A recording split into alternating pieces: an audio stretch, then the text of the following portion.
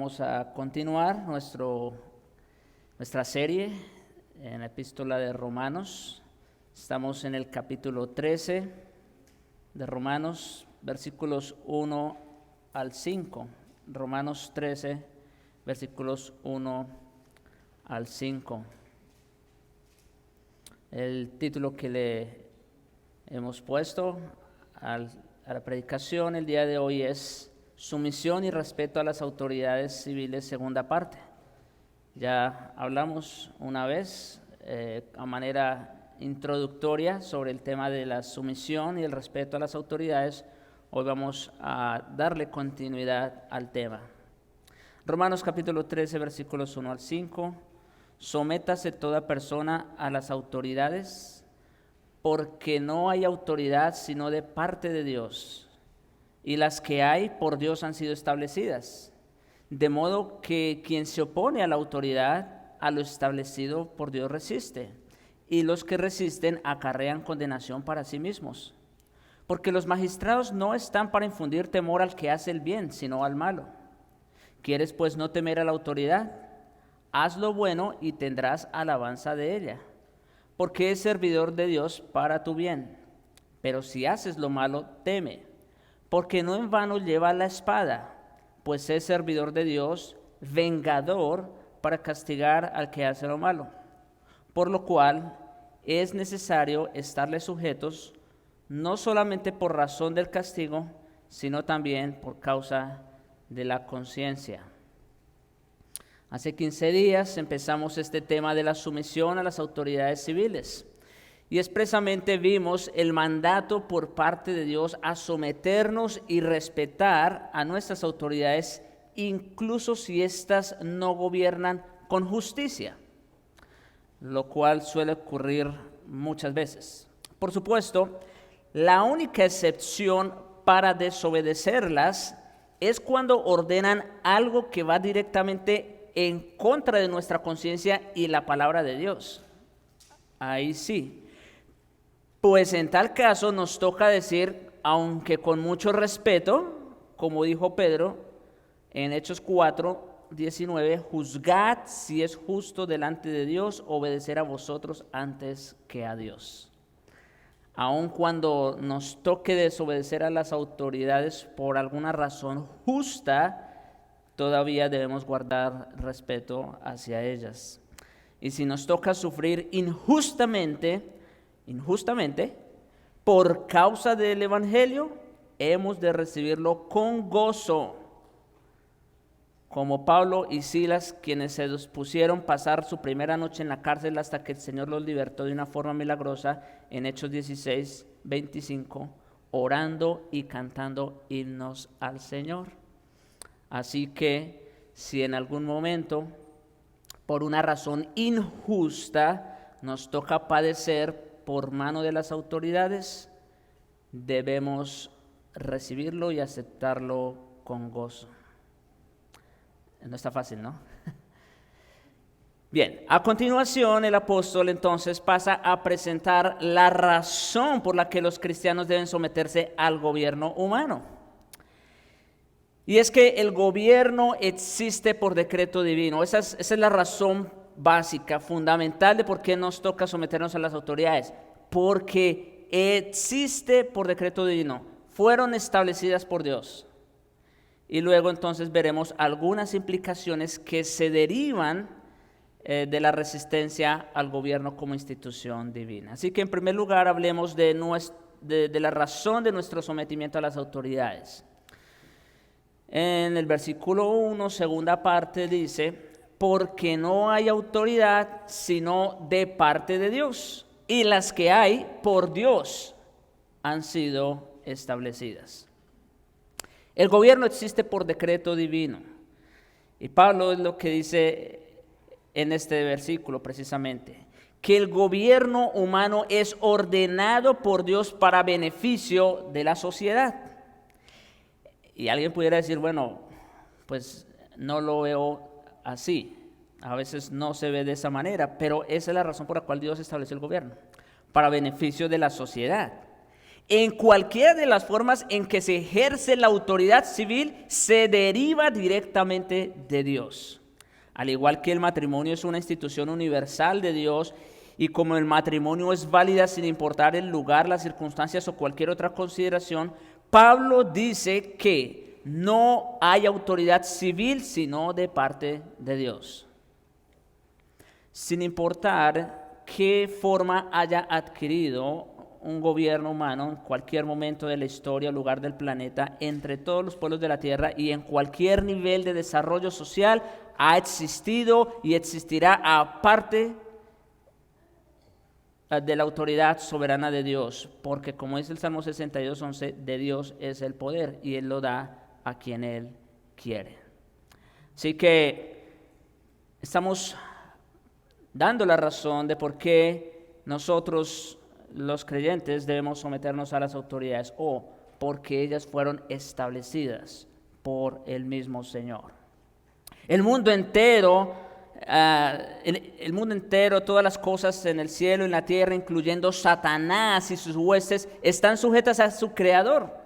Dios en su soberanía creó y tiene el control absoluto sobre el universo, y este es un hecho sin excepciones ni limitaciones.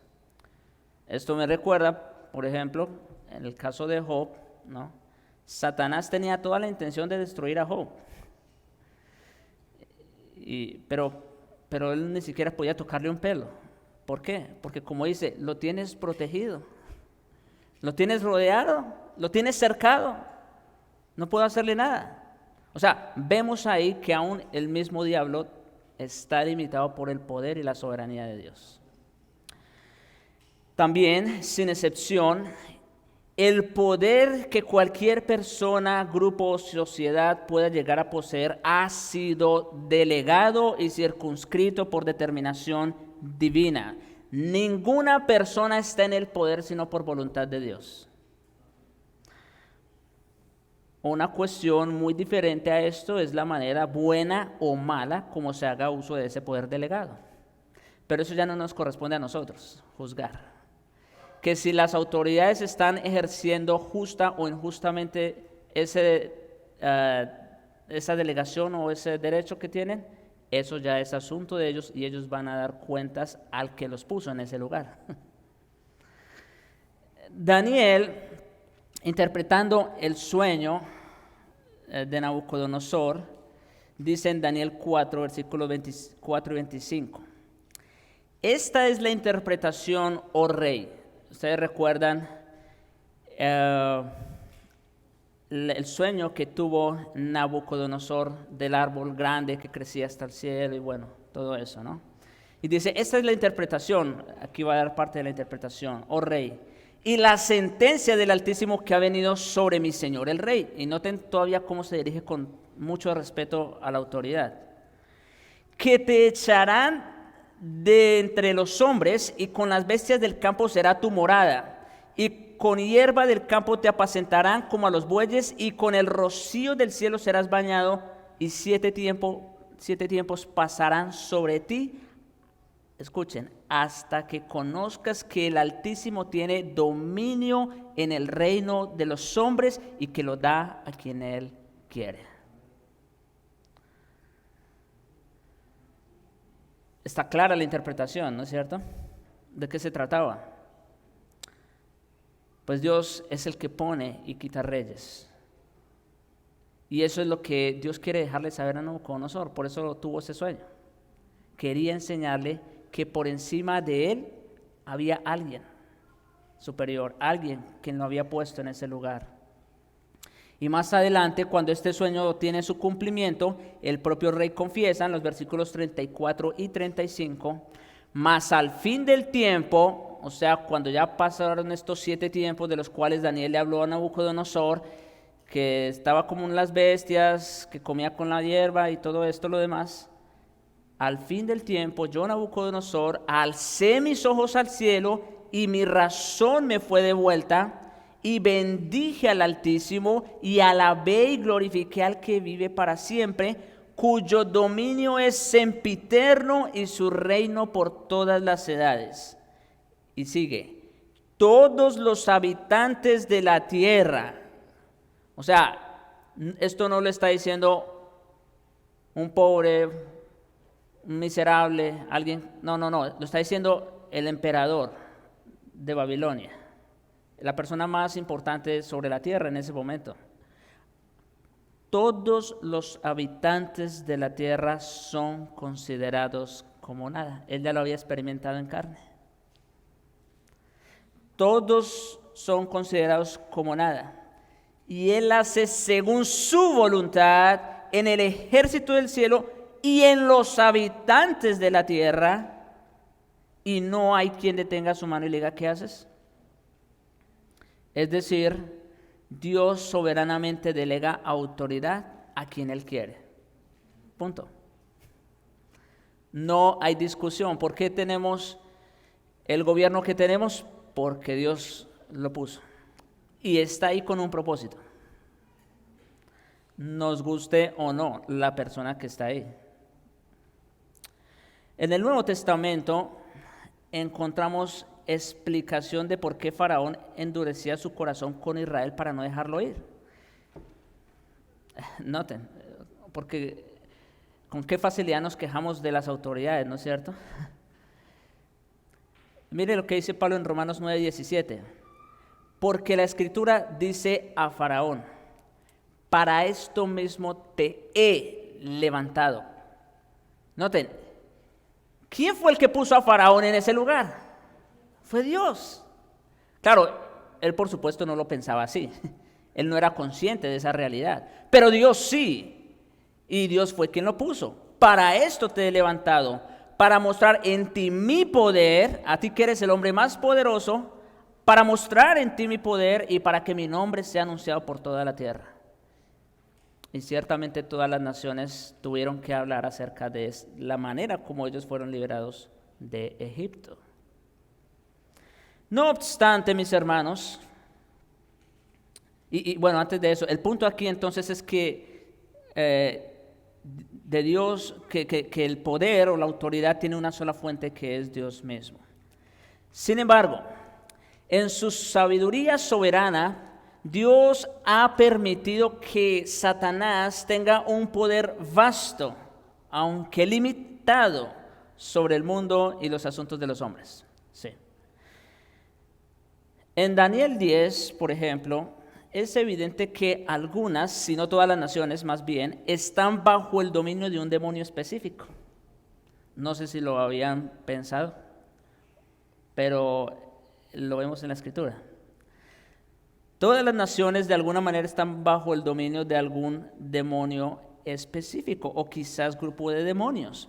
Y el contexto lo deja ver con claridad en Daniel 10, versículo 13, refiriéndose al príncipe del reino de Persia. Cuando habla del príncipe del reino de Persia, no se está refiriendo al rey de Persia. ¿Y cómo sabemos? Bueno, podemos mirar versículos 11 al 12, donde vemos que se le opuso un ángel santo de Dios durante 21 días. Estoy solamente parafraseando, tomando unas cuantas palabras del texto. Se le opuso un ángel durante 21 días. También entonces era una criatura sobrenatural y no humana, la cual no fue derrotado hasta que Miguel, versículo 13, uno de los principales príncipes entre los ángeles santos, vino a ayudar al ángel de Dios. Entonces, ¿qué vemos aquí? Que ¿quién era el príncipe de Persia? Pues era alguien de la misma naturaleza de un ángel y con el mismo poder de un ángel. Era un demonio. Ese era el príncipe de Persia. Ahora, en relatos como Isaías 14, no tenemos tiempo para ir allá, o Ezequiel 28, que fue la lectura que hizo el hermano hace un momento, se hace evidente que Satanás se identifica y mantiene vínculos estrechos con los reyes de las naciones involucradas. En este caso estamos hablando de Babilonia y de Tiro. Babilonia en Isaías, Tiro en Ezequiel. Si ustedes vuelven allá, Ezequiel 28:11 dice, dile esto al rey de Tiro. Y luego, cuando uno sigue la lectura, yo sé que ustedes todos están muy atentos, como que hay cosas que no cuadrarían. como fuiste acabado en la hermosura, que caminabas sobre piedras de fuego, que estabas en el Edén. Bueno, uno pudiera preguntar, ¿a poco el rey de Tiro ha vivido tantos años? ¿Estuvo desde el Edén? No, pues lo que pasa es que, como estamos viendo aquí, ciertamente detrás de los príncipes, de los reyes, de los gobernantes, hay huestes espirituales de maldad que gobiernan en las regiones celestes. En el Nuevo Testamento, nuestro Señor Jesucristo llama a Satanás en más de una ocasión el príncipe de este mundo. ¿Sí? Juan 12:31, 14:30, 16:11. Pablo también, escribiendo a los Efesios, les recuerda que en otro tiempo estuvieron siguiendo la corriente de este mundo, en Efesios 2:2. Escuchen, conforme al príncipe de la potestad del aire. ¿Quién es el príncipe de la potestad del aire? El espíritu que ahora opera en los hijos de desobediencia. ¿Y quién es el que opera en los hijos de desobediencia? Pues Satanás. ¿Ven que Satanás es llamado príncipe en las Escrituras? Jesús lo hizo, Pablo lo hizo. En consecuencia, Juan dice, el mundo entero está bajo el maligno. Eso es un absoluto. El mundo entero está bajo el maligno. ¿Por qué? Bueno, volvemos atrás. Porque Dios soberanamente así lo ha decidido. Escuchen, cuando hablamos de una guerra entre Dios y Satanás, no estamos hablando de guerra, vamos a decir, como si fueran dos gobernantes de dos países que tienen la misma fuerza, el mismo poder. No. La guerra entre Dios y Satanás no es de igual a igual. ¿Sí? La guerra entre Dios y Satanás ya está decidida y ya fue decidida en el Calvario. Sin embargo, Dios en su soberanía todavía delega cierto poder, cierta autoridad a Satanás, el príncipe de este mundo. ¿Hasta dónde? Hasta donde el Señor lo retiene con la cadena, como dice en Apocalipsis 20. Resulta claro entonces que a pesar de que el gobierno humano fue instituido por Dios y cumple hasta cierto grado su plan para mantener el orden sobre el planeta, muchos gobiernos, si acaso no la mayoría, están bajo la influencia de Satanás y son medios para fomentar y perpetuar la actividad satánica. O sea, esto es una realidad. Y cuando hablo de la actividad satánica no me estoy refiriendo a sectas que rindan cultos o cosas como esas, sino tan sencillo como aprobar la ley del aborto o dar beneficios a las transgénero y todo este tipo de gente. Eso es actividad satánica. Desde la antigüedad, los atroces imperios de Egipto, Asiria, Babilonia, Medo-Persa, Grecia y Roma, cuyos emperadores se proclamaban a sí mismos como dioses, así se veían ellos, ustedes saben, mandaban construir imágenes, pedían que las adoraran, en fin, pasando por los regímenes autocráticos, implacables y demoníacos de Adolfo Hitler, Stalin, Mao Tse, hasta las crueles dictaduras más recientes, hoy día, son un claro testimonio del poder que ha sido dado al príncipe de este mundo. Son un claro testimonio de ello. Sin embargo, bien haríamos en recordar lo que dijo el gran rey Salomón en su momento en Eclesiastés 5:8. Escuchen. Si opresión de pobres, yo creo que ese es el pan de cada día en todos los países, incluyendo Norteamérica. Norteamérica no se escapa de la pobreza. Aunque es el país más rico del mundo, también tristemente tiene un índice alto de pobreza. Y dice, si opresión de pobres y perversión de derecho, ¿en qué país no hay corrupción? Y de justicia, si perversión de derecho y de justicia, vieres en la provincia, escuchen, no te maravilles de ello. O sea, como que no te sorprendas. ¿Por qué? Porque sobre el alto, en este caso, vamos a decir, sobre el gobierno, vigila otro más alto. ¿Quién está sobre el gobierno? Según lo que hemos dicho ya. O sea, o detrás del gobierno. Está Satanás y sus huestes espirituales. Pero escuchen lo que sigue. Y uno más alto está sobre ellos. ¿Y quién es el que está sobre todos? Dios está sobre todos. Así que no crean, mis hermanos, que a Dios se le ha salido esto de control. No, el mundo no se le ha salido de las manos al Señor. Es que Dios, en su soberanía, así lo ha predeterminado. Él sigue en control, Él sigue sentado en su trono. En otras palabras, debemos recordar y podemos descansar en la realidad de que por encima de los dignatarios e incluso de Satanás mismo está el Dios soberano que todo lo sabe y todo lo controla de acuerdo a su perfecta voluntad para el bienestar de sus hijos y el juicio de los incrédulos. Eso sí debemos tener seguro. Esa es la razón primordial por la que debemos someternos a las autoridades, al gobierno humano. No lo hacemos por causa de las autoridades como tal, sino muchas veces a pesar de las autoridades, pero lo hacemos porque ha sido instituido por decreto inmutable de Dios y forma una parte integral de su plan divino para la humanidad caída. Nos sometemos a ellas por causa del Señor. Entonces, esa es la razón, en términos generales, de por qué nos sometemos a las autoridades. Ahora, veamos algunas implicaciones que esto trae. En primer lugar, la resistencia al gobierno es rebelión contra una institución divina. Versículo 2, parte A. De modo que quien se opone a la autoridad, a lo establecido por Dios, resiste. La consecuencia lógica que se sigue de esto es sencilla.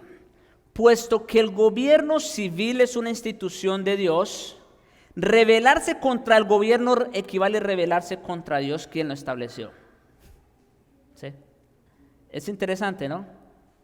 Rebelarse contra el gobierno equivale a rebelarse contra Dios, quien lo estableció. En su comentario sobre Romanos, un evangelista escocés, Robert Haldane, escribió lo siguiente: el pueblo de Dios debería entonces considerar la resistencia al gobierno bajo el cual viven como un crimen espantoso, aún como resistencia en contra de Dios mismo. Y es lo que Pablo está diciendo allí. La seriedad con que Dios toma la rebelión está ilustrada en el libro de Números, mis hermanos. Dios había elegido a Moisés para que fuera no solo el dador humano de la ley divina, sino el líder humano de Israel durante toda su obra de liberación de Egipto y la conducción del pueblo hasta la tierra prometida. El Señor también había designado a Aarón, el hermano de Moisés, como sumo sacerdote. Y durante esa travesía por el desierto,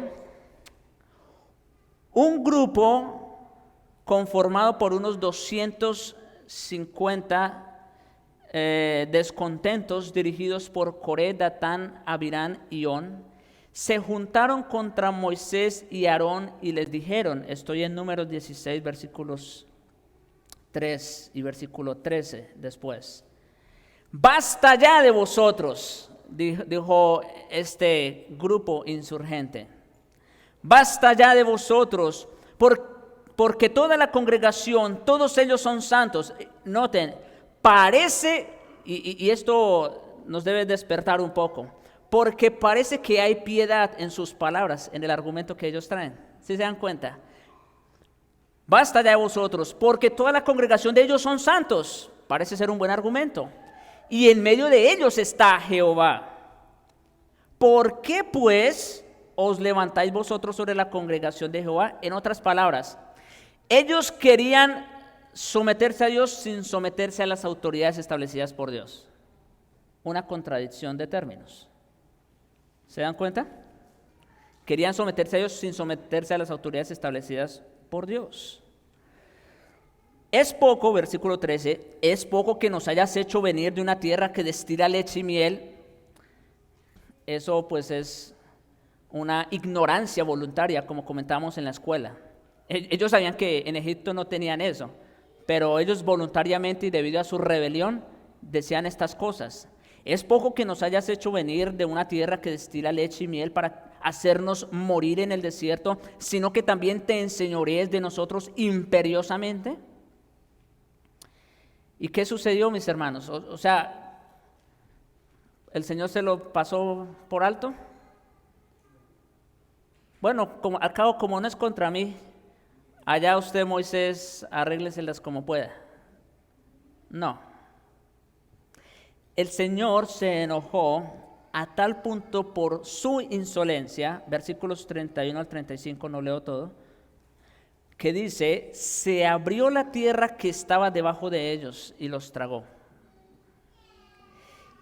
También salió fuego de delante de Jehová de los ejércitos y consumió a los 250 hombres que ofrecían el incienso.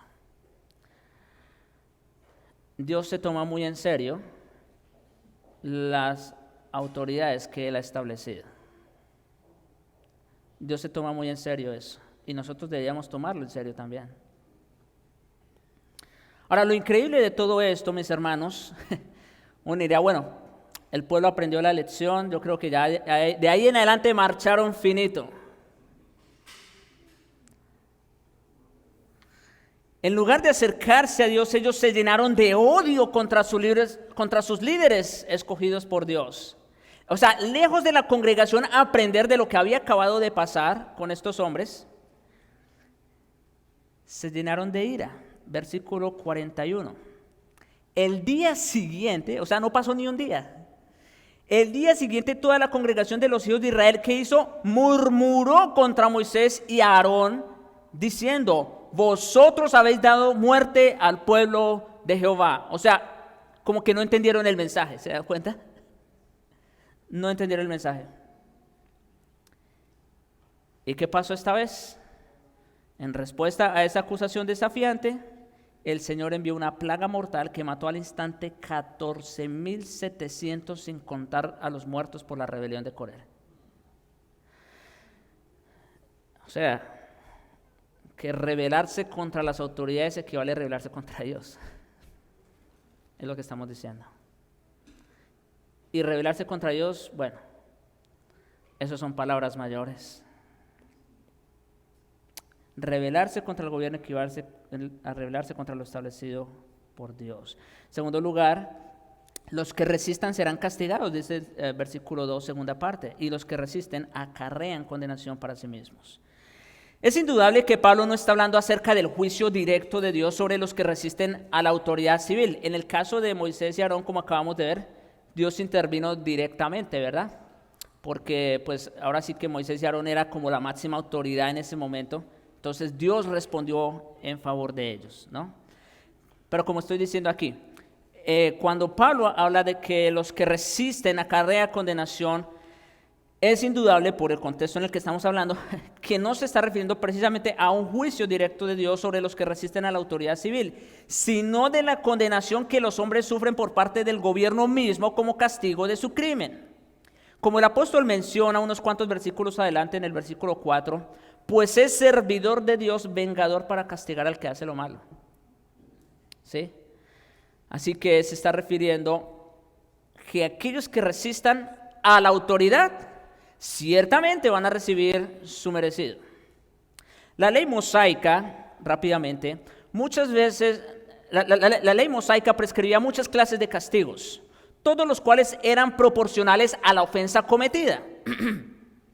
Ese conocido precepto de ojo por ojo y diente por diente, como ya lo dijimos en algún momento, pues tenía precisamente como propósito preservar que nunca se dieran castigos extremos o insuficientes por la ofensa cometida, ¿verdad?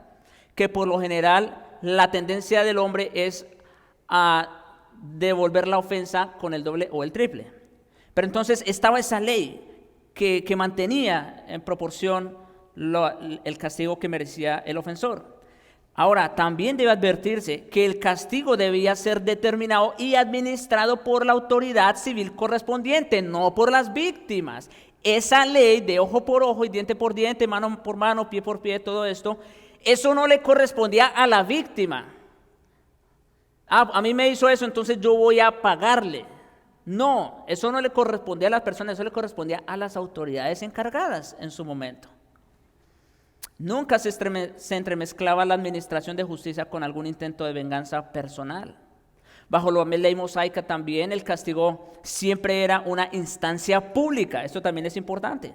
El ofensor era avergonzado delante de sus familiares, amigos y la sociedad en general como un medio para inculcar respeto a la ley. Deuteronomio 17:13 dice: y todo el pueblo oirá y temerá y no se ensoberbecerá. En otras palabras, el castigo era cometido a la luz pública, a ojos de todo el pueblo, para que vieran y temieran.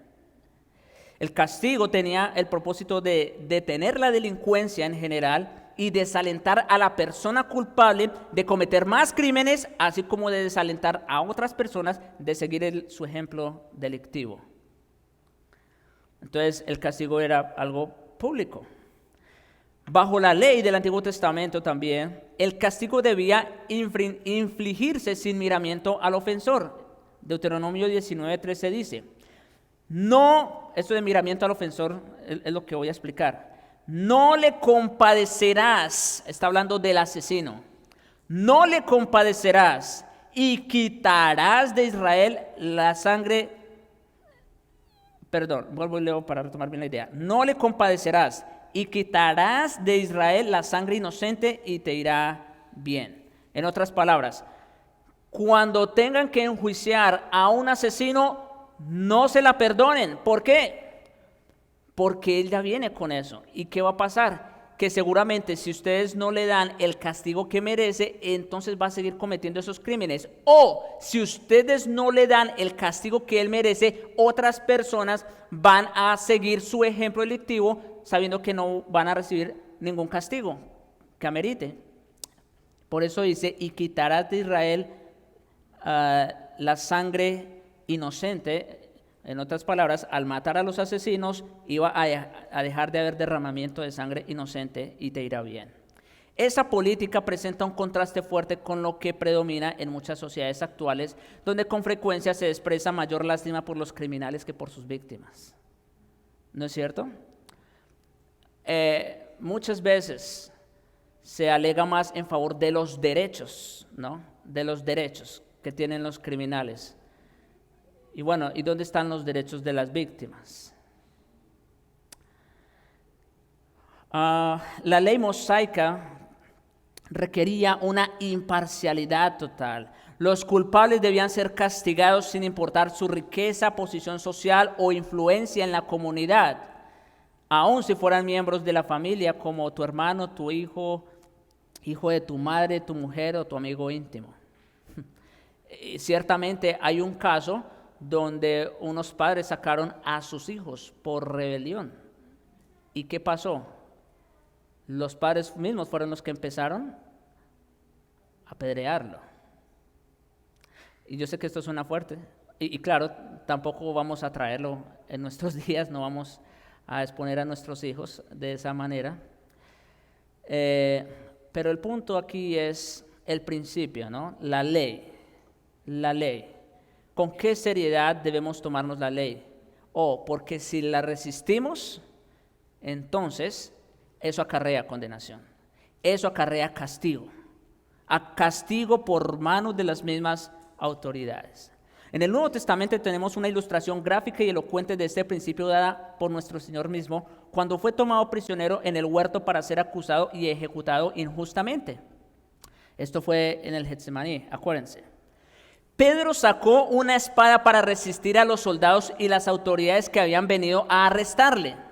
Y mis hermanos, si acaso había existido una causa justa para rebelarse en contra de la autoridad, fue la que se presentó en ese mismo instante y lugar. O sea, si había alguien que tenía razón para sacar su espada y hacer defensa de la justicia, era Pedro. Porque lo que iban a cometer iba a ser la injusticia más grande jamás contada en la historia. Y sin embargo, llama la atención lo que el Señor le dice a Pedro. Vuelve tu espada a tu lugar. O sea, lo reprendió, ¿verdad? Lejos de darle una palmada y darle gracias por defenderlo, no, mete tu espada en tu lugar. En otras palabras, el Señor le está diciendo, no, es que Pedro, no has entendido todavía. Mi lucha no es con espada, no es con fuerza, no es con ejército. Pero luego agrega, porque todos los que tomen espada, a espada perecerán. Y esto es algo que apenas, en el estudio me caí en la cuenta, que no lo había visto de esa manera. Pero saben, mis hermanos, lo que el Señor está queriendo decir allí es que sin importar cuán noble sea la causa, como en el caso de Pedro, el gobierno tiene el derecho de ejecutar a los asesinos. Sin importar cuán noble sea la causa, el gobierno tiene el derecho de ejecutar a los asesinos. Por eso dice, porque todos los que tomen espada, ¿qué dice? A espada morirán. Ojo por ojo, diente por diente. Ahora, no personal, eso le compete a las autoridades. En tercer lugar, el gobierno sirve para restringir el mal, versículo 3a, porque los magistrados no están para infundir temor al que hace el bien, sino al malo. Debemos someternos a la autoridad civil porque Dios lo ha ordenado como un medio para restringir el avance de la maldad. Aquí es obvio que Pablo estaba hablando en términos generales cuando dijo que los magistrados no están para infundir temor al que hace el bien, sino al malo. Y es que, mis hermanos, el mismo apóstol había sufrido en gran medida de manos de los magistrados que abusaron de él por ninguna razón que su conducta piadosa que le caracterizaba más por hacer el bien. O sea, si había alguien que había sufrido injusticias, aparte del Señor Jesucristo, era el apóstol Pablo. Llama la atención, ¿no? Sin embargo, en aquel tiempo, y tal como ha sucedido a lo largo de la historia, hasta los regímenes más perversos eran y han sido efectivos en la detención del homicidio, el robo y muchos otros crímenes comunes entre la gente. O sea, aunque ciertamente el gobierno muchas veces actúa en injusticia, en términos generales está como un ente establecido por Dios para gobernar o hacer justicia. Aunque tal hecho está lejos de justificar hoy día a los gobiernos o regímenes totalitarios, con frecuencia las tasas de criminalidad en esos sistemas son más bajas que las prevalecientes en el mundo libre. Y llama la atención en el sentido de que yo sé que muchas veces en esos tipos de gobiernos o de regímenes los principales asesinos son el gobierno, pero eso ya es asunto del gobierno. Y ellos van a tener que dar cuentas a Dios por la forma como ellos ejercieron su poder, o el poder que les fue delegado más bien.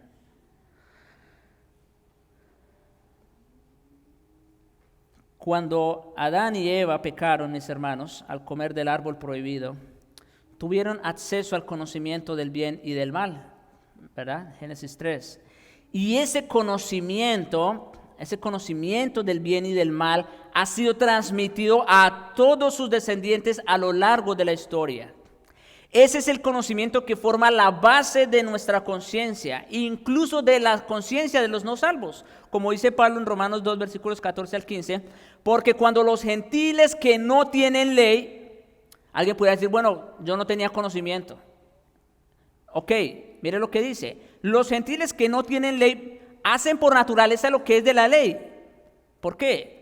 Aunque estos no tengan ley, son ley para sí mismos, mostrando la obra de la ley escrita en sus corazones y dando testimonio su conciencia y acusándoles o defendiéndoles sus razonamientos.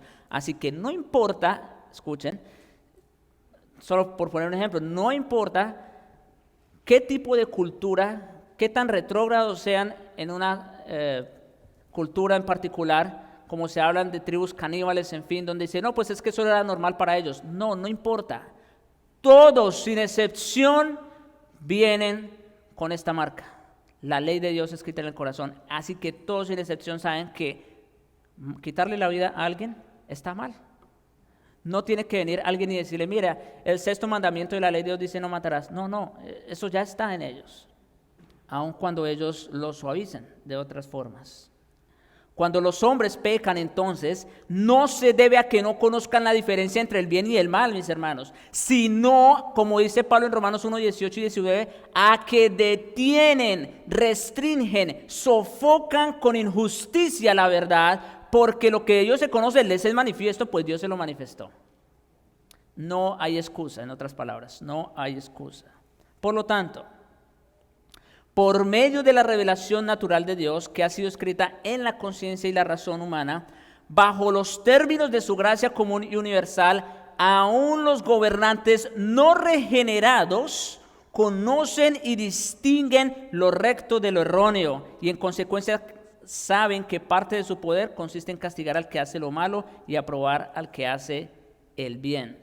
De hecho, muchas de las constituciones, empezando por la de Estados Unidos, tiene como principios básicos la misma Biblia.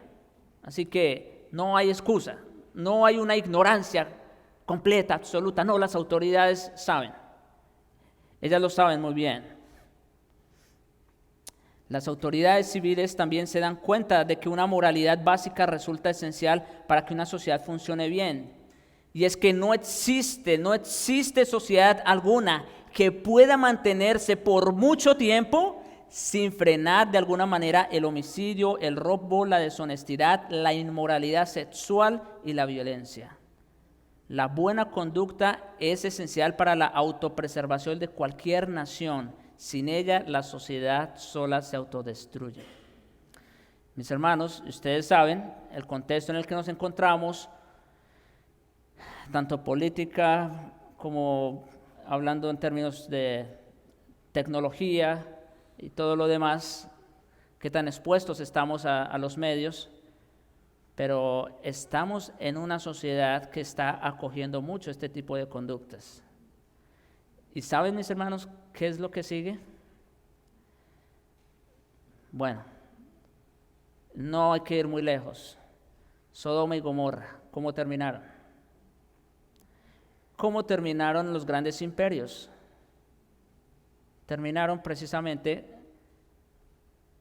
gracias a su perversión moral y a la extrema violencia. Esas son las dos cosas por las cuales un país o una nación se autodestruye solo. Que el Señor nos ayude. En cuarto lugar, el gobierno sirve para promover el bien. Versículos 3, segunda parte, 3b y 4a.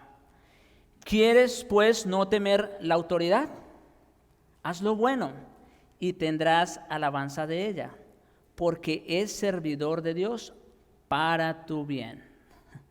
Dios ha designado que el gobierno civil sirva para promover el bien público. En términos generales, los ciudadanos pacíficos que cumplen la ley han recibido un tratamiento favorable por parte de sus gobiernos a lo largo de la historia. Con algunas excepciones, por supuesto, tales personas no han tenido que temer a la autoridad. Saben que mientras hagan lo bueno, no solo se librarán de ser maltratados por la autoridad, sino que tendrán alabanza de ella. Como digo, con las excepciones, ustedes saben, cuando la iglesia sufrió persecución en ciertos momentos de la historia o en ciertas culturas, incluso al día de hoy también, es verdad. Pero en general, en lo que concierne a nosotros, mientras hagamos el bien, no hay razón para temer a la autoridad. No está mal que los cristianos esperen recibir de sus gobiernos protección de la vida y la propiedad. Pablo, por ejemplo, aprovechó la función que el gobierno tiene de promover lo bueno cuando utilizó su ciudadanía romana para asegurarse de un justo juicio al apelar a César, en Hechos 25:11, ¿verdad?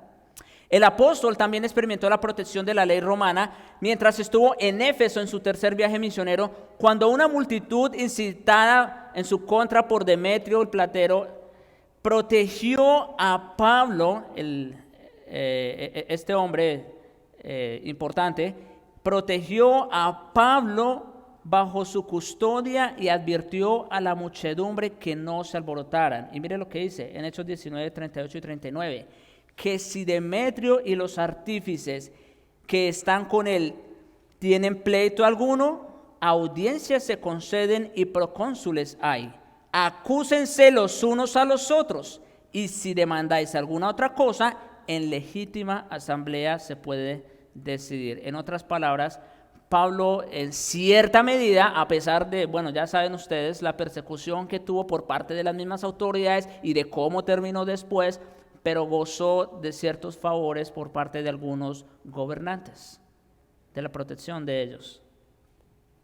Debido a que representa la institución ordenada por Dios, el gobierno civil, un funcionario oficial entonces en realidad es un servidor de Dios. Es lo que dice el texto, porque servidor de Dios es para tu bien. ¿Y saben cuál es la palabra que utiliza allí Pablo para referirse a las autoridades civiles? Es la palabra diáconos.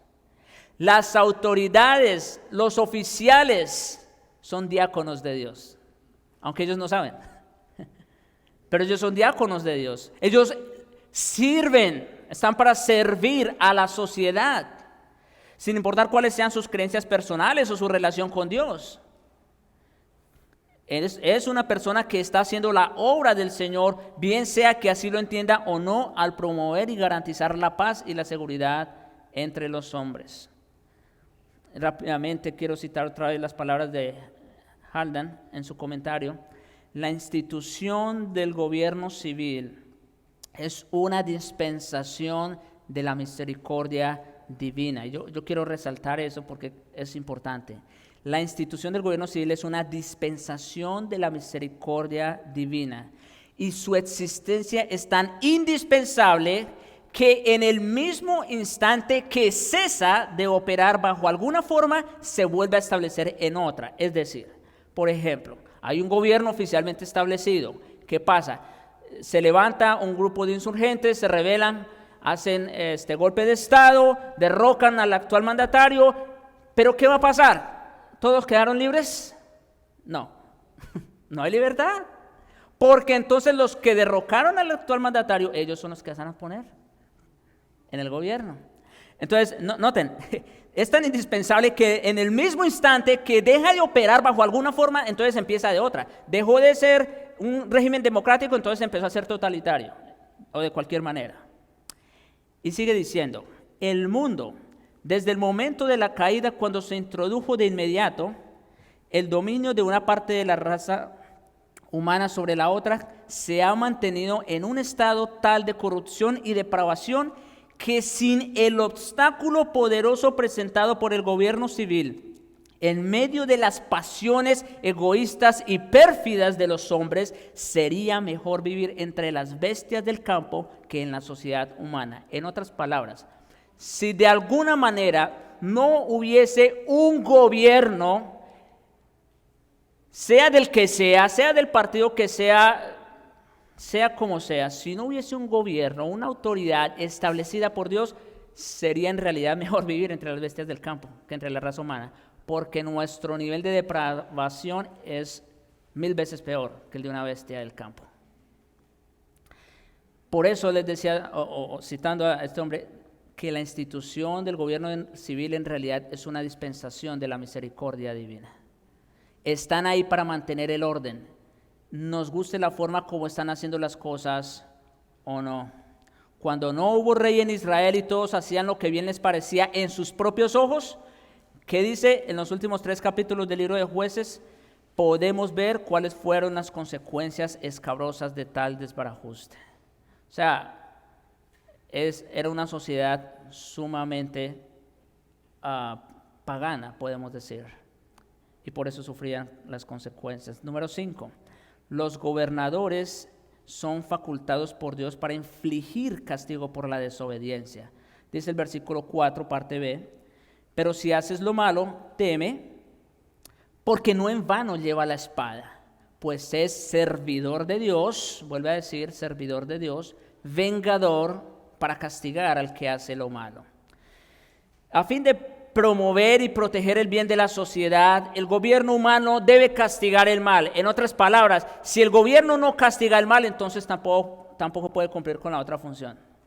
En consecuencia, todo aquel que hace lo malo tiene razón para temer, debido a que la espada es un arma letal. Simboliza entonces aquí el derecho que el gobierno civil tiene para infligir castigo, incluyendo la pena de muerte, que los crímenes así lo ameritan.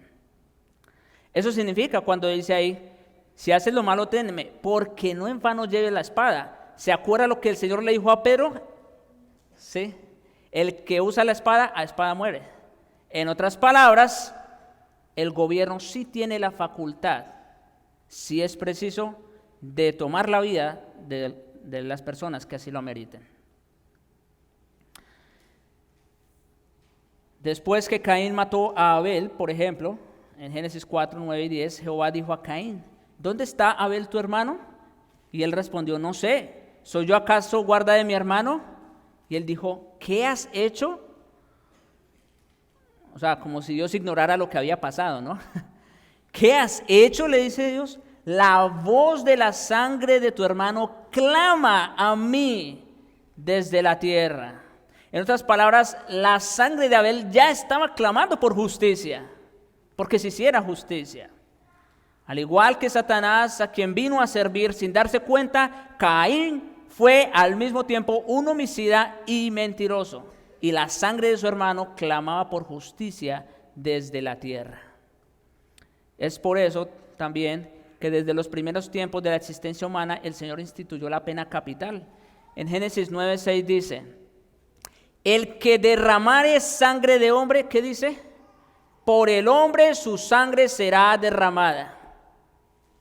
Ahí está la pena capital. Ahora, ¿a quién le corresponde eso? ¿A mí como persona? No. Hay unas autoridades establecidas para infligir ese castigo. Números 35-33, como parte de la ley mosaica, Dios declaró, y no contaminaréis la tierra donde estuviereis, porque esta sangre amancillará la tierra. Y la tierra no será expiada de la sangre que fue derramada de ella, sino por la sangre del que la derramó. En otras palabras, la única manera en que la tierra misma iba a ser liberada de esa sangre es hasta que la sangre del que la derramó o del asesino fuera derramada. Cuando Jesús dijo a Pedro, bueno, ya esto les estaba diciendo, ¿no? Que todos los que tomen espada perecerán, le estaba recordando a su discípulo que el castigo por matar a uno de sus enemigos sería que Pedro mismo perecería ejecutado, lo cual el Señor reconoce aquí como algo justo.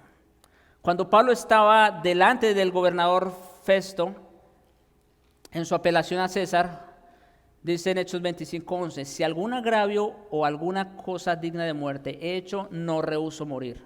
O sea, Pablo aquí está reconociendo que si él había cometido alguna ofensa, algún crimen que ameritara la pena capital, él estaba dispuesto a hacerlo. Él no estaba rehusando a eso. Obviamente no lo hizo, ¿no? Cuando una sociedad rechaza, mis hermanos, cuando una sociedad rechaza la pena capital, aún para los crímenes más serios, incluido el homicidio, es culpable de derramar sangre delante de Dios. Noten, ya vimos en Números que la tierra no iba a descansar hasta que no fuera derramada la sangre del criminal. Y con lo que hemos visto también aquí en estos textos y en Romanos, una sociedad que rechaza la pena capital, aún para los crímenes más serios, es culpable de derramar sangre inocente. ¿Y por qué es culpable de derramar sangre inocente? Porque le está perdonando la vida a aquellos que han derramado sangre, de esa manera permitiendo que otras personas pues no se tomen tan en serio el asunto y hagan exactamente lo mismo. Entre otras cosas, Israel fue enviado a la cautividad en Babilonia a causa de sus excesivos crímenes sangrientos, los cuales no iban a quedar sin castigo. En Ezequiel 7:23 leemos, haz una cadena, le dice Dios a Ezequiel, porque la tierra está llena de delitos de sangre. Se está refiriendo a crímenes, a homicidios. Y mire lo que dice, y la ciudad está llena de violencia. Traeré, por tanto, los más perversos de las naciones, los cuales poseerán las casas de ellos, y haré cesar la soberbia de los poderosos y sus santuarios profanados. En otras palabras, Dios castigó el homicidio, el crimen, la violencia de en medio de Israel. ¿Cómo? Pues precisamente mandando a gente extranjera que hiciera exactamente lo mismo con ellos. Cuando una nación no administra justicia, tarde o temprano cae bajo el juicio de Dios. Israel debió haber administrado justicia como se prescribió en la ley mosaica. No lo hizo, entonces pues Dios lo hizo por su cuenta. Y número 6, el gobierno debe ser obedecido por causa de la conciencia. Sí, porque hasta aquí pudiéramos decir, bueno, pues hay que obedecer al gobierno para que no nos metan presos. Bueno, es verdad que ciertamente si desobedecemos las leyes, las normas, vamos a acarrear consecuencias. Sin embargo, como creyentes hay algo más que nos debe impulsar y nos debe motivar al sometimiento de las autoridades. Versículo 5 de Romanos 13. Por lo cual es necesario estarles sujetos, no solamente por razón del castigo, sino también por causa de la conciencia. Los cristianos deben someterse a la autoridad civil, no solamente por razón del castigo, sino por causa de la conciencia, que para el cristiano equivale a una sumisión por causa del Señor mismo.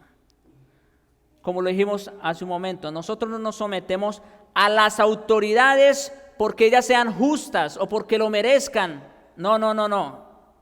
Mire cómo dice Pedro en su primera carta, capítulo 2, versículos 13 al 15. Por causa del Señor. O sea, ¿cuál es la razón? ¿Cuál es nuestra principal motivación para someternos a las autoridades? Por causa del Señor. Someteos a toda institución humana.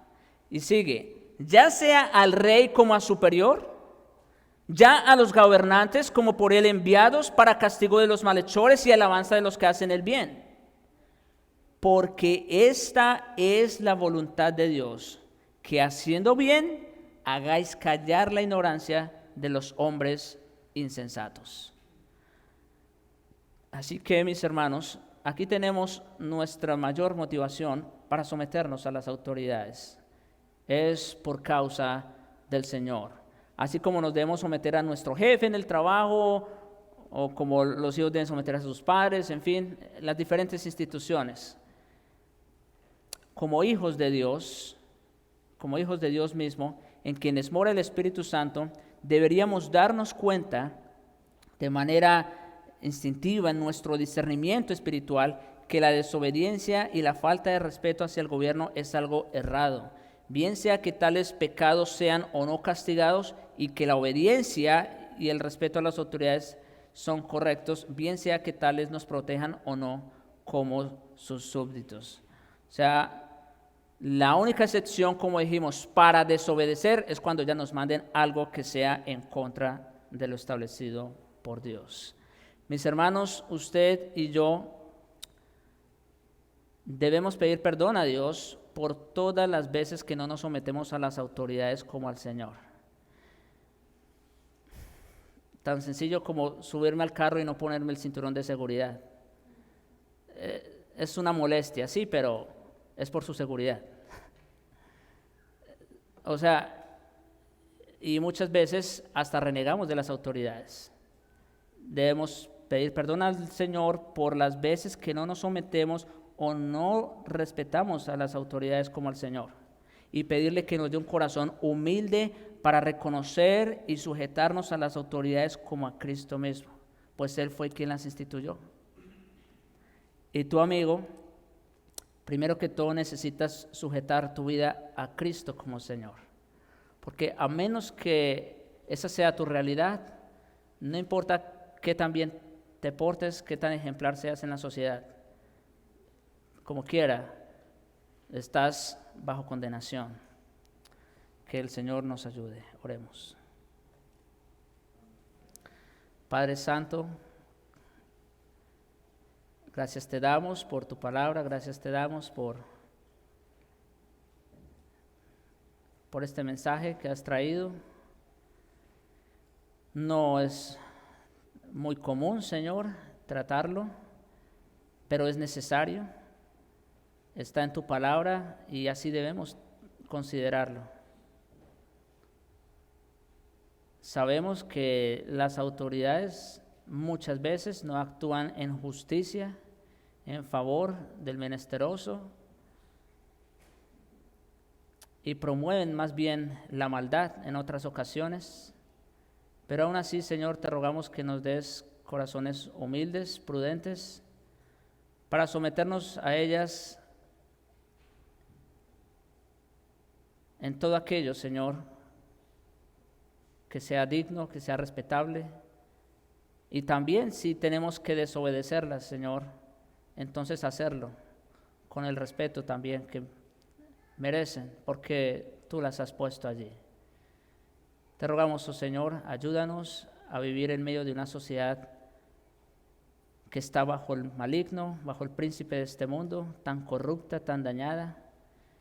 Tú eres el único que nos puedes guardar y preservar en medio de ella. Hazlo, Señor, por amor de tu nombre, en Cristo Jesús. Amén.